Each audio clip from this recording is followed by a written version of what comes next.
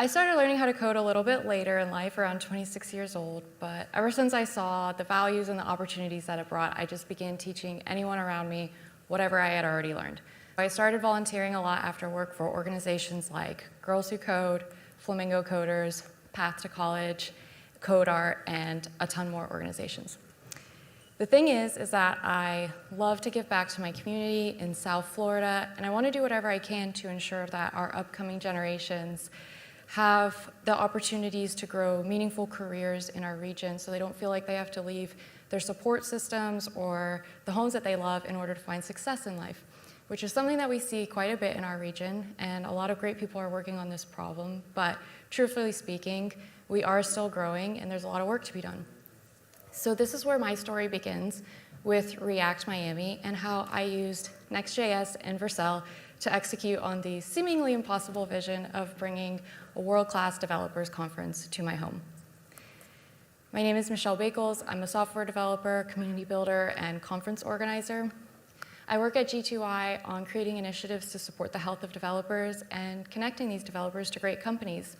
And I am an avid daydreamer. I excel in zoning out. And in 2020, I had a lot of time to zone out. And I just dreamt about what it would be like when we were all back together again. I looked up all of these web conferences around the world and dreamt about exploring a new city and meeting all of my Twitter friends in real life. And shortly after this, the Miami tech scene started to blow up. And don't worry, I'm not gonna dig into this. This is just for context. But it was pretty bizarre, like super exciting, obviously, but a little bit bizarre. There had been so many people for years that had been working on scaffolding a tech industry in South Florida, some for decades. And then all at once, it felt like the whole world was looking at us, which is fantastic. But then chaos ensued. And then there were all of these meetups and happy hours and conferences. Everybody was on Twitter. I'm headed to Miami. Who should I meet? It's like, okay, awesome. So we have all of these amazing tech events happening now. But what are we doing for developers? And there were a few initiatives going on, but I was like, we need a conference. We need a conference like the ones that I fly out to with the industry-leading speakers and the deep learning opportunities and the amazing networking. We need that in Miami. And so in the most serendipitous moment ever, I see this tweet, someone should put on a React conference in Miami. And at the time, I didn't work for Gabe, but now, of course, he's my boss at G2I. And I was like, let's do it. Let's do this conference. But Gabe and I, we didn't have any conference organizing experience. This is when G2I partnered officially with DevWorld and thus created React Miami.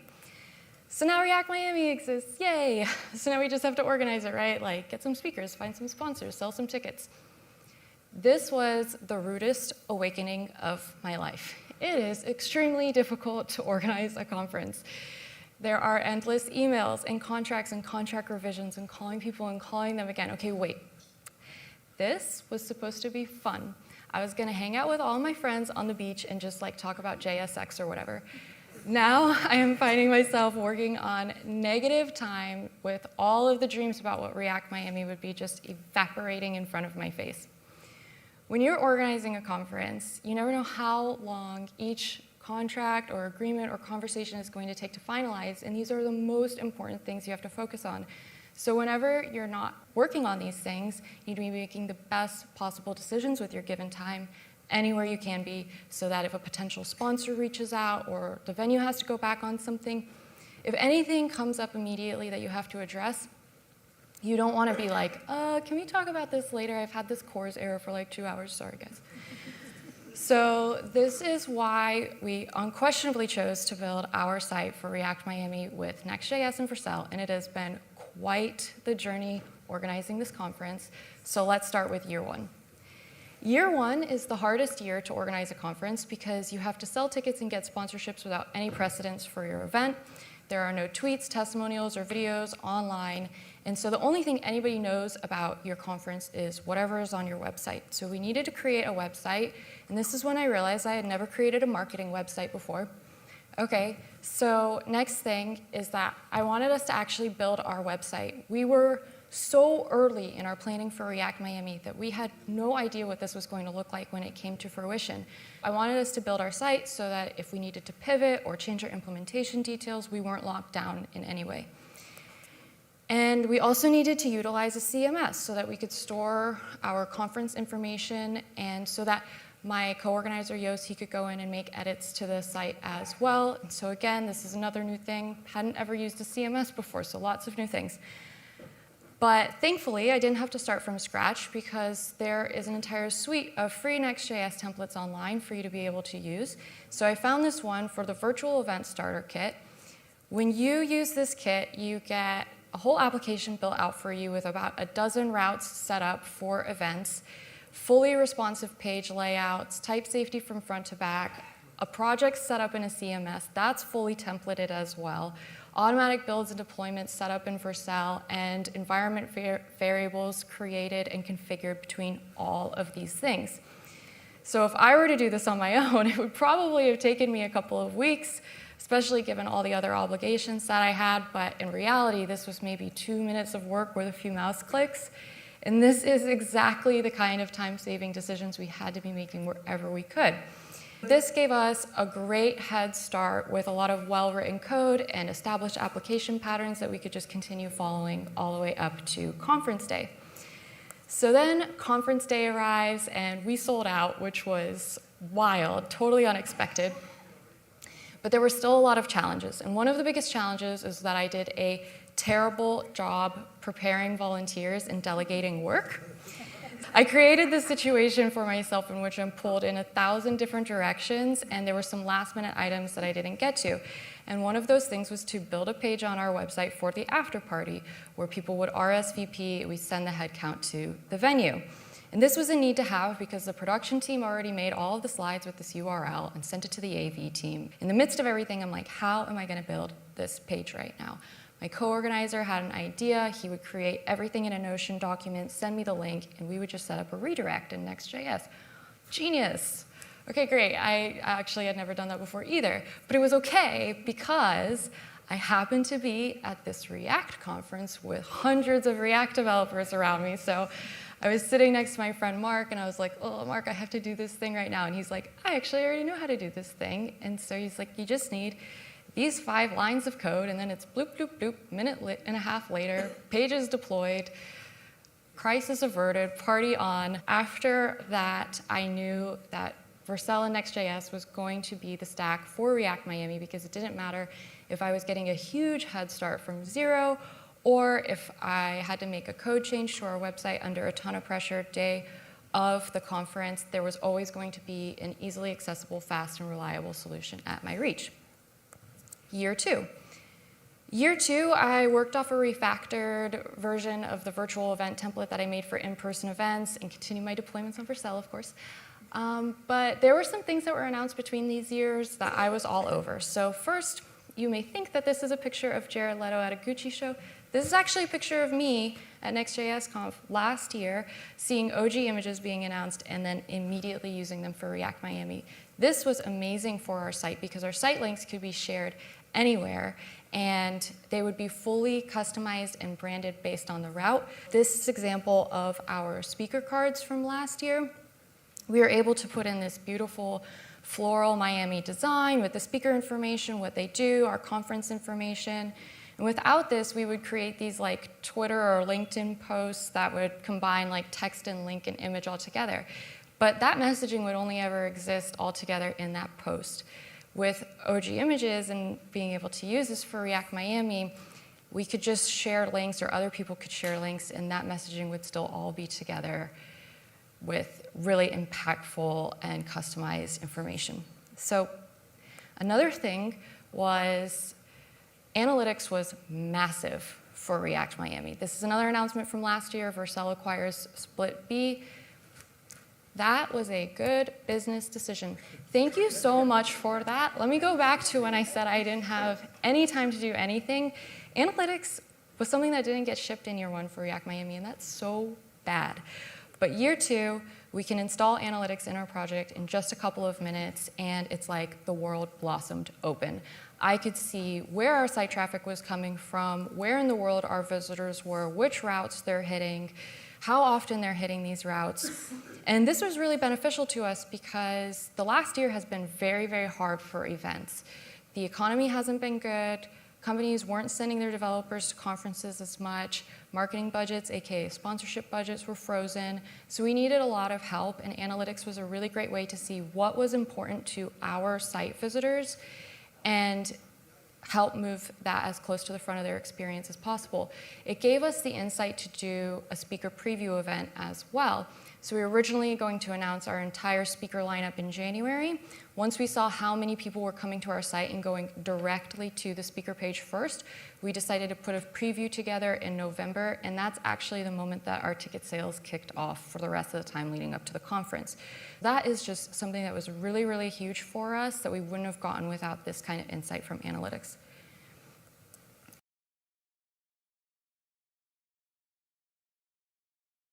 So now conference day arrives, and we have another mini crisis again. I just finished organizing the dev health activities on the beach, and I'm literally running through South Beach trying to get to the convention center before the queen of CSS herself, Una Kravets, is about to take the stage. And I get this text message that our stream is down. I still don't know what happened, but our streaming platform, it just wasn't going to work. So I had to replace the stream minutes before this conference day was starting. So the MCs are going on stage, and we need to replace this stream. So this is how this all went down. 8:57, I get this iframe in a WhatsApp message. And then at 9:01, I commit the code change, it gets pushed. 9:03, it's already deployed and live on our site. And at 9:05, a pre-scheduled tweet goes out to join the live stream for Una's talk. And it's like nothing happened. No one suspected a thing. Unless you happened to be in the room with me when I was making this code change, and you for sure knew something was wrong. But aside from those people, it was seamless. So we had another really great year, and really happy with how it ended up in the end. After the conference, I wanted to fork this other Next.js template for the image gallery starter kit. And this is just a beautiful gallery that I thought would be great to showcase our images from our photographer, Daniel Schutzsmith. And so I start working on this gallery, and a week later, Vercel is like, we do databases and blobs now. And I was like, what? Sick. Okay, so what if this gallery was like full stack Vercel? Like, what does that even mean? This was the stack. I used Vercel blob to store the images, then I took those blob URLs, stored them in Vercel Postgres with additional image information like alt text, a few other things. The whole gallery is built with Next.js, and it's deployed on Vercel, of course. So really straightforward. You grab the data from the database, populate the image gallery, it's deployed on Vercel, et voila. That's how web applications work, and it worked like a charm. So another Next.js template win. Year 3, our site for year 3 was just deployed earlier this month, and I decided to start it from scratch. There were a lot of new things that changed between year 1 and 2 that I wanted to take advantage of. And the first one was custom events from Vercel Analytics. So custom events allow you to set up tracking throughout your site to see exactly what's being clicked on, and this can be set up with just a few keystrokes. I set this up on every link and button in our entire website, and I can see how often these things are being clicked, what areas of our site are getting the most traction, and just drill down a little bit deeper into understanding how people are using our site. So going back to the speaker page example, it's not entirely clear how people are getting to this route, right? Are they going through the navigation bar? Are they coming from a Twitter post? Between custom events and analytics, I can be able to parse that information a little bit clearly, and again, just understand deeper how people are engaging with our information in our site. I also used App Router this year. So I personally prefer this directory layout because I like the co-location of functionality and resources to a route folder. You can also have things pulled out like into a components folder wherever necessary. Overall, everything just feels a little bit less React-y and less Next.js-y, which isn't a knock on either, obviously. But you just see a lot less things, because everything's server-side rendered, you just see a lot less things like use effect hooks and get stat props.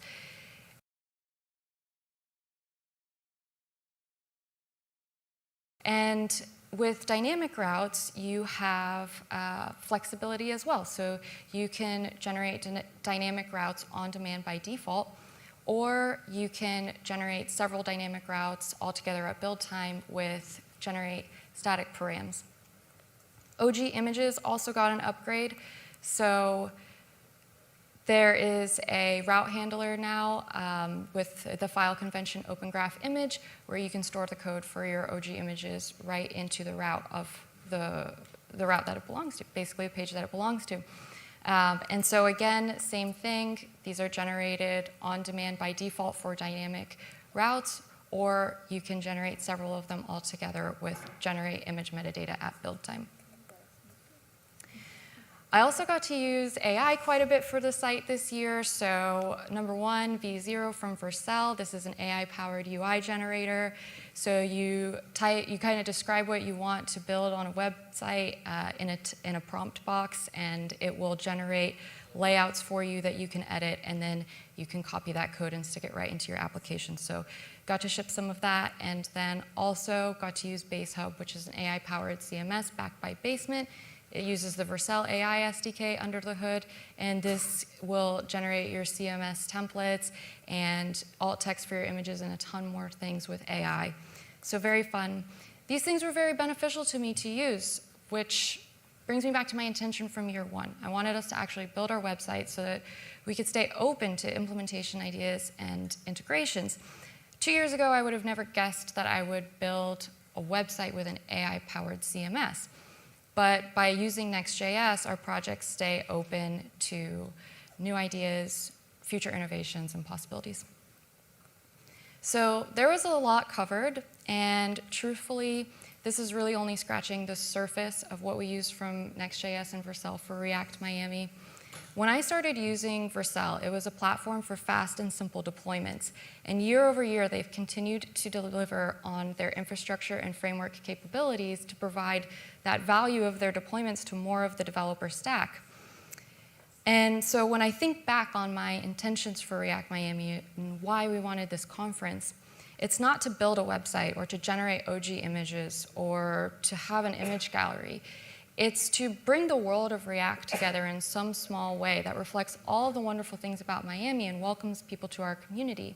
It's also to connect our local tech industry to the global tech industry and help strengthen our region. I think we're off to a good start so far.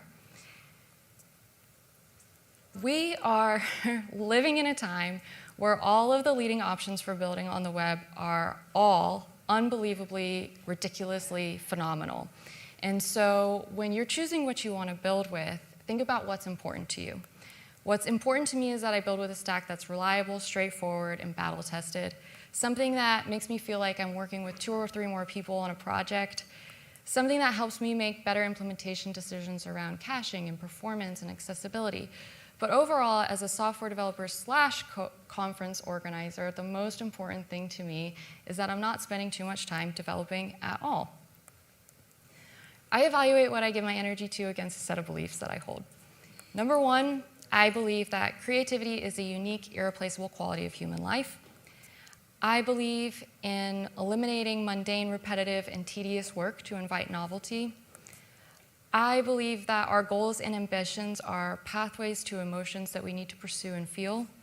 And I believe in optimizing for your quality of life by balancing the work that brings you security with the life that brings you joy. So when you're deciding what you want to build with, what is important to you? For me, I look at who can deliver on the most important metric to me, and that is AFK, or the amount of time that I can spend away from my keyboard. When inspiration strikes, how can I make sure that this vision sees the light of day? What's going to nurture my creativity, or help me achieve my goals, or support the balance between work and life? For me, this is why I choose the Vercel stack, and I encourage you to explore it further yourself. Thank you.